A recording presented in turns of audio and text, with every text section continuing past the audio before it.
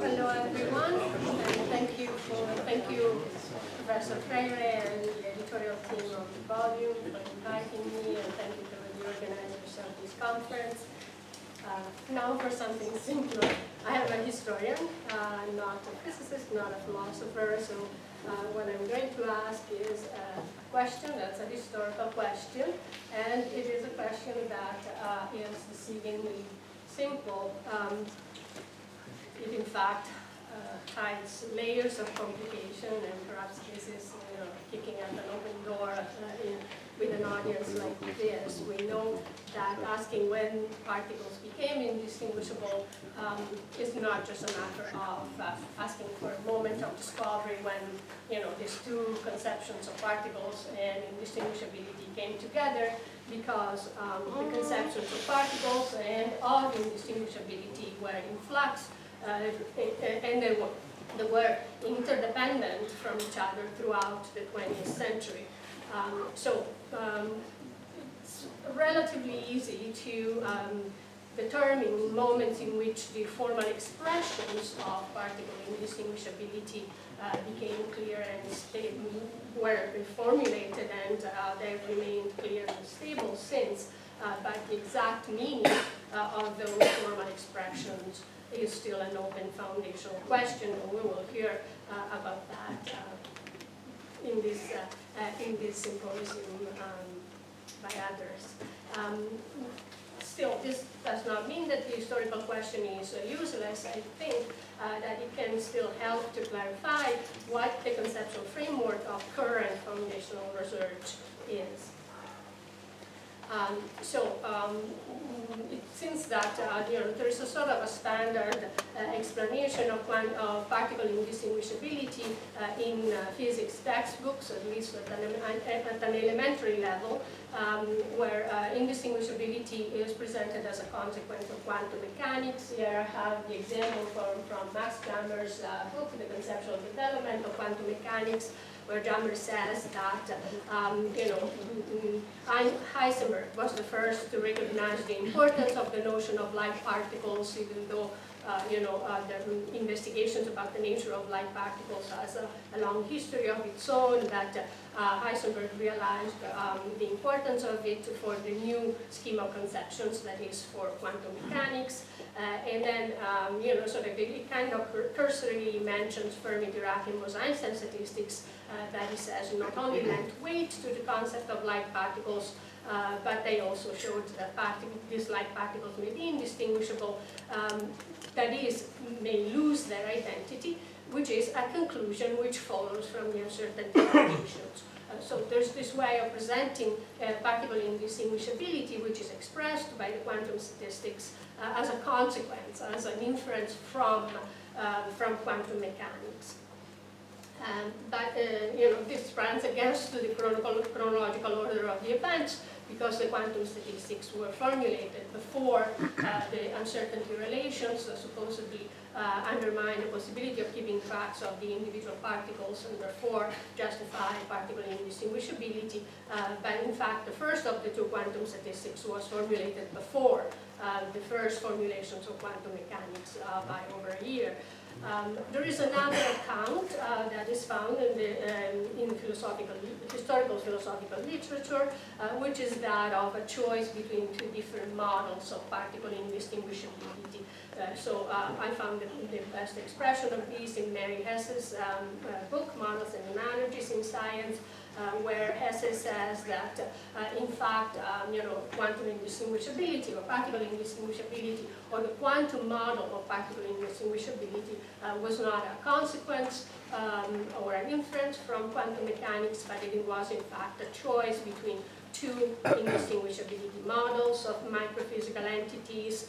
One is the billiard balls model of particles that are indistinguishable but are re-identifiable, and the pounds, shillings, and pence model of entities, that is, entities that are not re-identifiable because they have no self-identity.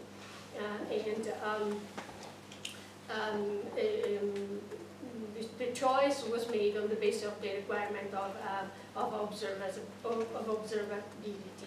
We are unable to identify individual electrons, hence it is meaningless to speak of the self-identity of electrons, hence electrons are like pounds, shillings, and pence in a balance, and not like indistinguishable billiard balls, and hence they conform to Fermi-Dirac statistics.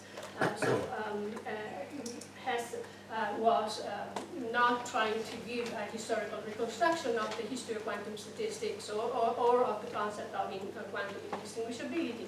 She was arguing for the importance of modeling in theory construction, but nonetheless, this scenario, from the historical point of view, does not fare well, just as the previous idea of a logical inference. This is not what happened. In order to understand how quantum statistics was interpreted in terms of particle indistinguishability, we need to move beyond the idea of a logical inference or of a choice between two pre-existing models. We need a more flexible model, because this historically was a process that was gradual and even, and it was a process of gradually modifying and adapting the familiar conception of particles to a changing theoretical and experimental context. If we, at least according to my analysis of the sources, we can see that the early interpretations of quantum statistics can be roughly classified into three types. One is the interpretation of the statistical interdependence of equal particles or like particles, as Jammer calls them, which was presented and is still presented often as a loss of independence to stress the contrast with the so-called classical statistics, the Maxwell-Boltzmann statistics, in which instead particles are statistically independent. The other interpretation had to do with the symmetry of the quantum formalism and the permutation of equal particles, or the permutation invariance of the formalism, or the exchangeability of equal particles. And it is interesting that, of course, this symmetry and the permutability also existed in pre-quantum mechanics models, but it was considered to be physically irrelevant. It became relevant in the early quantum theory of the ideal gas that was championed mainly by Max Planck, under the insistence that the entropy had to be an absolute function, that the absolute value of the entropy had to be physically significant, not just differences of entropy. It again gained much more relevance after the formulation of multi-particle quantum mechanics at the end of Heisenberg and Dirac in 1926, where the permutation invariance of the formalism introduced exchange terms in the energy that then later on gave rise to the idea of exchange forces. And then there is another interpretation that was brought up quite early on, and it was brought up as a way of making sense of this statistical interdependence that seemed to defy the normal ways or the standard ways of understanding how particles interact and therefore become interdependent. It is the non-individuality of particles interpretation, again expressed in a negative sense as a loss of individuality, to stress the fact that in the classical statistics, particles are supposed to be individuals. This is an interpretation that has a story of its own. It seems to have gained more and more importance over time. It runs into a raft of important philosophical problems having to do with individuality. So it seems to me that, in fact, a unified quantum indistinguishability interpretation for quantum statistics only was fully articulated after the Second World War. I cannot find it in the sources of the early period of quantum mechanics, and therefore it seems to me that if we can give an answer to that initial historical question, is that the particles became indistinguishable when they became modern particles. That is, when the field of modern elementary particles emerged from a very large number of important experimental and theoretical development that took place throughout the 1930s and the early 1940s. In terms of what kind of historical tool we can use to understand this kind of developments, as I said, it seems that we need a more flexible way of describing the physicists' theoretical practices. Something that goes beyond drawing inferences or choosing between pre-existing models. Because what seems to have happened in this case, as in other cases, is that theorists sort of manipulate the mathematical formalism in an open-ended way, using conceptual models and formalism together within changing theoretical and experimental contexts. And it's pretty clear that in this case, as in many other cases in quantum physics, it was the formalism, it was the theoretical formalism that played the leading role in this process of open-ended manipulation for theory construction. In the theoretical formalism, not only operationalized the physics conceptions, but also took them in directions that were unexpected. No one chose to make particles indistinguishable. No one decided that particles would have to be indistinguishable in the sense in which they are in quantum statistics. So it seems to me that it's useful to think about the mathematical theoretical apparatus in a mathematized laboratory science such as microphysics, as a theoretical technology. This is the language used by the historian Andrew Warwick, or as paper tools. This is a terminology that's been introduced by the historian and philosopher Ursula Klein. This means we need to take seriously the idea that the mathematical formalism is like material technology, analogous to the instruments of the experimenters, which means that they have meanings. These tools are loaded with meanings, they are dense with meanings, they are interpreted by the physicists who use them, who manipulate them.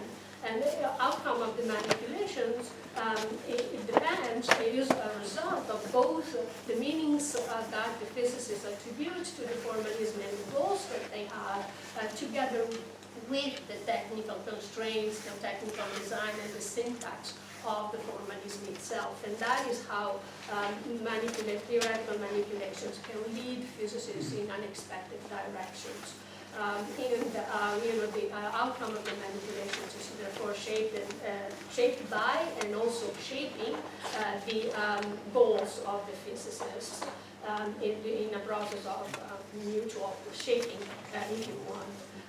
Just to quote Ursula Klein, the emergence of new scientific objects and new scientific conceptions in the laboratory sciences is propelled and shaped by this dialectic of tools and goals. And it seems to me that if we use this idea, then there are two aspects or two features of the use of technology, of material technology and mathematical technology that are very much in relief in the history of quantum statistics. And that one is the interpretive flexibility of these tools, that is, they are open to different interpretations. And the other one is unintended consequences, that is, they lead in unexpected directions. I don't think I have to go over all the steps, and I would not have time to go over all the historical steps that led to the formulation of the quantum statistics, but perhaps it's worthwhile to remind us that Bose-Einstein, what we today call Bose-Einstein statistics, was first formulated as a method to derive Planck's radiation law by Satyendranath Bose in a manuscript that Bose sent to Albert Einstein, and that Albert Einstein greatly appreciated as a great breakthrough, even though at first Einstein did not understand how Bose could possibly have arrived at the right result using the method that he used. And then it became clear shortly thereafter that, in fact, Bose had made a mistake. He had committed a slippage. There was in his procedure, he proceeded algorithmically applying what, or we thought he was applying, the physical model of Einstein's light quanta to thermal radiation. And he thought he was applying the Maxwell-Boltzmann statistics to the light quanta, just in the same way as Planck and others were doing for the ideal gas, to derive a theory of quantum statistics of the ideal gas. But in the course of this procedure, Bose committed a serendipitous mistake. And Max de Broek, the physicist, is the one who first wondered in a published article whether Bose-Einstein statistics was discovered by serendipity. But I say in serendipity is the property or the occurrence of findings by chance, something that one is not looking for. Bose found exactly what he was looking for, and no more than that. He was looking to derive Planck's radiation law from Einstein's model of light quanta, and he thought he had done precisely that. What happened there was a slippage, and it was a mismatch between his conceptual model and the application of the formulas. His mathematical procedure was identical to the one that Planck had used. Planck was using a different conceptual model. So Einstein, as I said, at first did not understand where the essence, as he says in a letter to Paul Ehrenfest, where the essence of this method was and how it could lead to the right result. When he was coming from almost 20 years of frustrating attempts to make the light quanta make sense, and he had tried already repeatedly to derive. Well, not Einstein, but others have tried repeatedly to derive Planck's radiation law from the model of light quanta, and they have not succeeded. But what Einstein understood is that the same procedure algorithmically could be applied to the ideal gas. And so he immediately came up with a paper in which he produced a new quantum theory of the ideal gas using Bose's method. Where does the interpretation, the first of the three partial interpretations of quantum statistics comes from? It comes from that sort of circle or subset of statisticians or physicists involved in statistical mechanics, and in particular in the application of statistical mechanics to the quantum gas and to the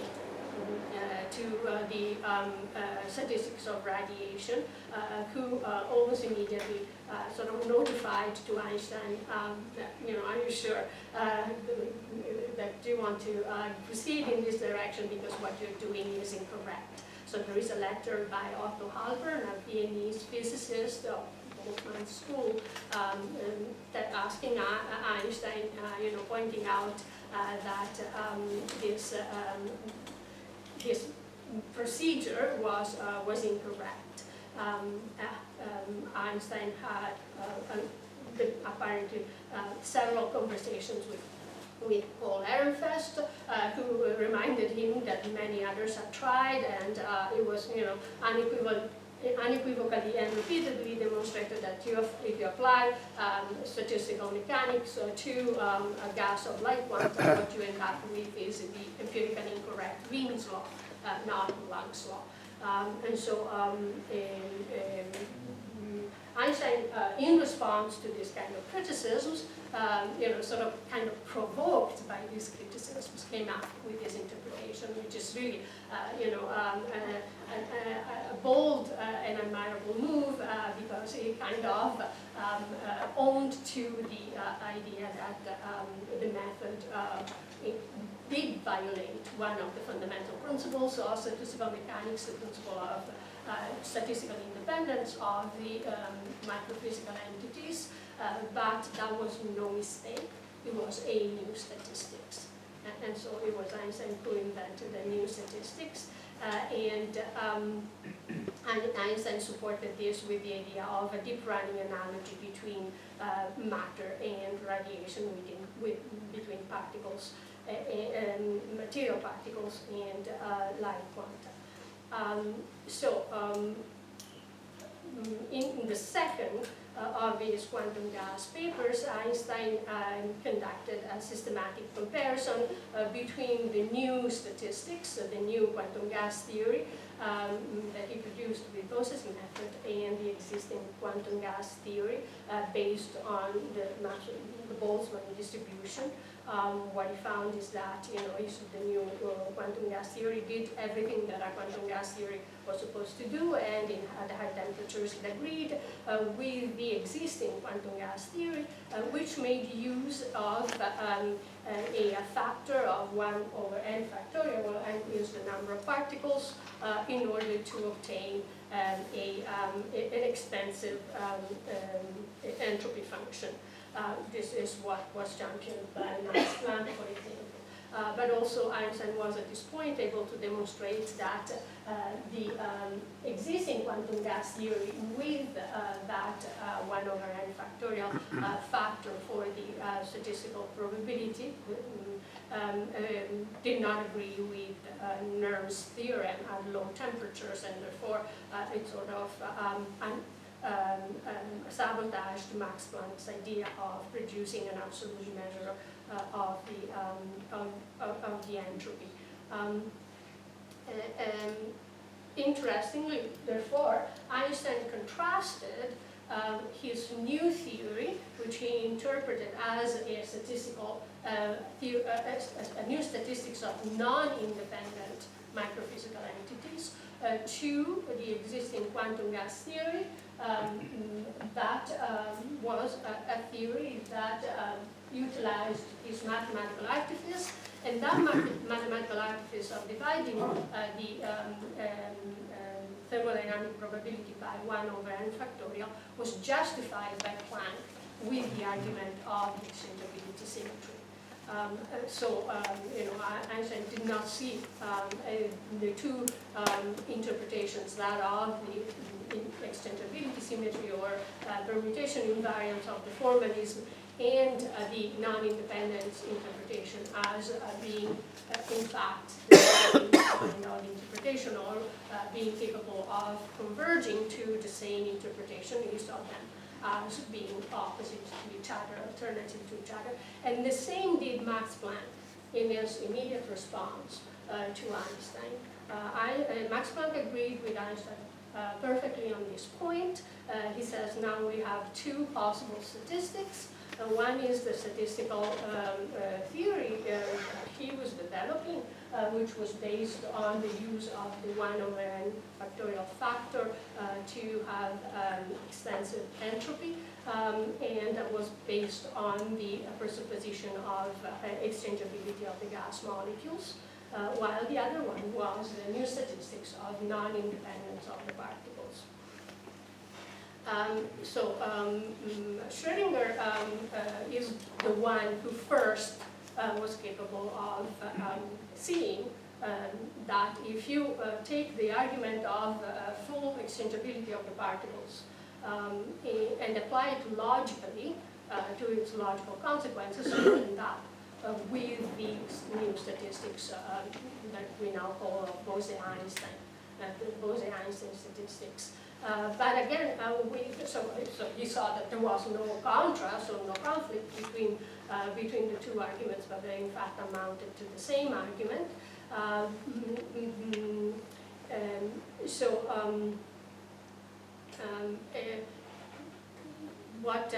However, this realization did not warm him up to the new statistics. He disliked it. He thought it was an unintelligible way of assigning statistical weights to the states of an assembly of microphysical entities. He agreed with Einstein that the only possible way of explaining it was to postulate some kind of mysterious interactions, instant interaction between the microphysical entities that destroyed their statistical independence.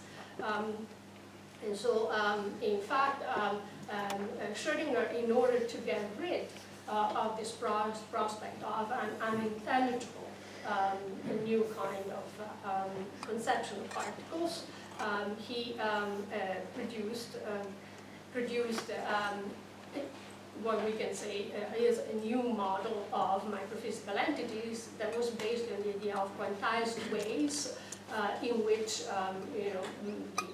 microphysical entities that constitute, for example, gas particles are just quanta of the energy levels of a wave field. By his own admission, that's what led him to the formulation of wave mechanics. But what is not often noted is that he did this because he wanted to get rid of this idea of a new statistics. He considered it to be a sacrificium intellectus, that is, an intellectual sacrifice because it was unintelligible to him, his new model was meant to restore the old statistics of Maxwell-Boltzmann, the statistics of independent particles. Okay, so I see I don't have time. This was expected. I did not think I would have time to go over all the other early interpretations. So I will go quickly to the end of the story, or sort of revisional partial end of the story as I see it. It seems to me that a new conception of particles that incorporated the idea of quantum indistinguishability, whatever that may mean, as a general interpretation of the statistical behavior of particles, starts to be fully formulated only after the Second World War. That is when elementary particle physics or high energy physics was coming on its own as a new field, and we can say that Dirac's naming of the fermions and bosons in 1945, in the autumn of 1945, can be seen as sort of the inaugural ceremony of the birth of modern particle physics, because it's the moment in which there is no longer this contraposition between a model of corpuscles that need to be statistically independent unless they interact with each other, and a model based on some kind of quantization of a radiation field. And the old opposition between radiation and matter gets abolished with the new classification of particles, which is based on the principle of symmetry and antisymmetry of the wave functions, and that corresponds to this new classification of particles into fermions and bosons. Now, coming back to the choice between models, or the sort of rational reconstruction of all this process as a choice of the two models, where is the first appearance, where is the birth of the pounds, shillings, and the currency model that Mary has used? I did not do a complete historical analysis of all the important events that occurred during the 1930s and early 1940s. The earliest occurrence that I can see as the origin of the model that I know of is Schrödinger's, unsurprisingly, Schrödinger's paper, What is an Elementary Particle, of 1950, where Schrödinger presents the three statistics, the classical statistics and the two quantum statistics, using three different models based on this sort of imaginary situation of having three schoolboys, Tommy, Dick and Harry, who are to be given two rewards. And so what are the possible ways of distributing the two rewards to the three boys? It says there are three different kinds of rewards that will illustrate the three kinds of statistics. If the two rewards are two memorial coins, one portraying Newton, the other portraying Shakespeare, and then there are 9 possible distributions of these coins to the three boys, and you have the classical statistics. If instead the 2 coins are just 2 regular coins, 2 shilling pieces, he calls them, which for our purposes we must regard as indivisible quantities, then you have 6 possible distributions, and that's the Bose-Einstein statistics. And if instead the 2 rewards are not coins or medals, but they are vacancies in the football team, in which only one vacancy can go to each of the boys, then you have 3 possible distributions, and that corresponds to Fermi Dirac statistics. So it seems that the idea of a model opposed to the billiard ball models, the model of the shillings, might come from there. So I come to the end of my time.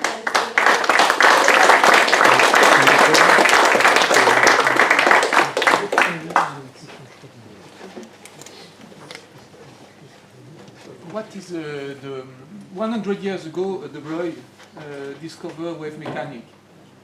And exactly in his thesis, it was written in 25-24, he described as well the statistics of particles for bosons. And it was before the work of Bose, and before the work of Einstein, and before the work of Schrödinger. So my question is, did you consider the work of De Broglie in your... All right, so I'm certainly not an expert in the work of De Broglie, but it is extremely interesting because what Bose actually succeeded in doing was to derive, without the use of classical electrodynamics, the coefficient of the statistical factor. And he did that by quantizing the phase space of the light quantum. De Broglie did the same. At the same time, if not earlier, I think a couple of years earlier than Bose. Of course, they did not know about each other, and they were doing the same thing. And De Broglie did not arrive at the new statistical, as I understand it, because he was proceeding using a development in series of the statistical distribution.